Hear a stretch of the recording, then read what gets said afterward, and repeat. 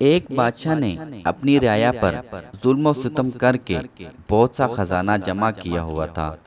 شہر سے باہر جنگل بیابان میں ایک خفیہ غار میں چھپا رکھا تھا۔ اس خزانے کی صرف دو چابیاں تھیں، ایک بادشاہ کے پاس، دوسری اس کے وزیر کے پاس۔ ان دونوں کے علاوہ اس خزانے کا کسی کو نہیں پتہ تھا۔ ایک دن صبح کو بادشاہ اکیلا سیر کو نکلا اور اپنے خزانے کو دیکھنے کے لیے دروازہ کھول کر اس میں داخل ہو گیا۔ خزانے کے کمروں میں سونے چاندی کے ڈھیر لگے ہوئے تھے، ہیرے جواہرات الماری میں سجے ہوئے تھے۔ وہ ان کو دیکھ کر بہت خوش ہوا۔ اسی دوران اس کے وزیر کا اس علاقے سے گزر ہوا۔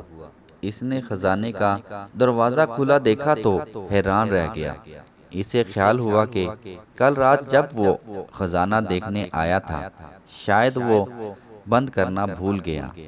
اس نے جلدی سے دروازہ بند کر کے باہر سے لاک کر دیا۔ ادھر بادشاہ جب اپنے دل پسند خزانے کا معائنہ سے فارغ ہوا تو واپس دروازے پر آیا، لیکن کیا دروازہ تو باہر سے بند تھا۔ بادشاہ نے زور زور سے دروازہ پیٹنا اور چیخنا شروع کر دیا، لیکن افسوس اس کی آواز سننے والا وہاں کوئی نہ تھا۔ وہ لوٹ کر اپنے خزانے کی طرف آ گیا اور اس سے دل بہلانے کی کوشش کی، لیکن بھوک اور پیاس کی شدت نے اسے تڑپانا شروع کر دیا۔ پھر وہ بھاگ کر دروازے کی طرف آیا، لیکن بدستور دروازہ بند تھا۔ وہ زور سے چیخا، چلایا، لیکن وہاں اس کی فریاد سننے والا کوئی نہ تھا۔ وہ نڈال ہو کر دروازے کے پاس گر گیا۔ اے آبدار موتیو، مجھے ایک گلاس پانی دے دو۔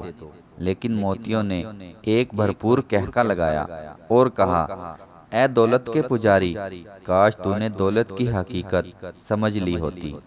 تیری ساری عمر کی کمائی ہوئی دولت تجھے ایک وقت کا کھانا اور پانی نہیں دے سکتی۔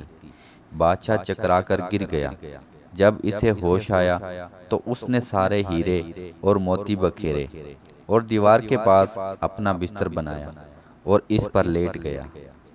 وہ دنیا کو ایک پیغام دینا چاہتا تھا، لیکن اس کے پاس کاغذ اور قلم نہیں تھا۔ اس نے پتھر سے اپنی انگلی کچلی اور بہتے ہوئے خون سے دیوار پر کچھ لکھ دیا تھا۔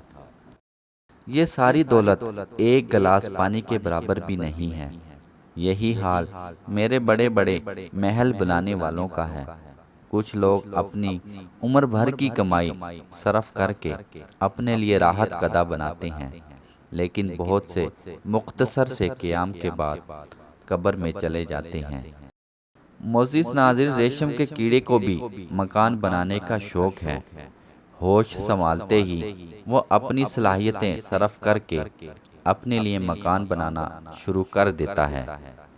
ساری عمر مکان بنانے میں لگا رہتا ہے اور جس دن مکان بن کر تیار ہو جاتا ہے اس کے چند دن بعد وہ دم گھٹ کر مر جاتا ہے اور اس کا گھر قبرستان بن جاتا ہے۔ لوگ اس کی حماقت کا مذاق اڑاتے ہیں اور اس کے گھر کو پانی میں ابال کر اس کی تار کھینچ کر ریشم کے کپڑے بنا لیتے ہیں۔ معزز ناظرین، اگر ویڈیو اچھی لگے تو پلیز چینل کو سبسکرائب کر دیں تاکہ ہر آنے والی ویڈیو آپ تک سب سے پہلے پہنچے۔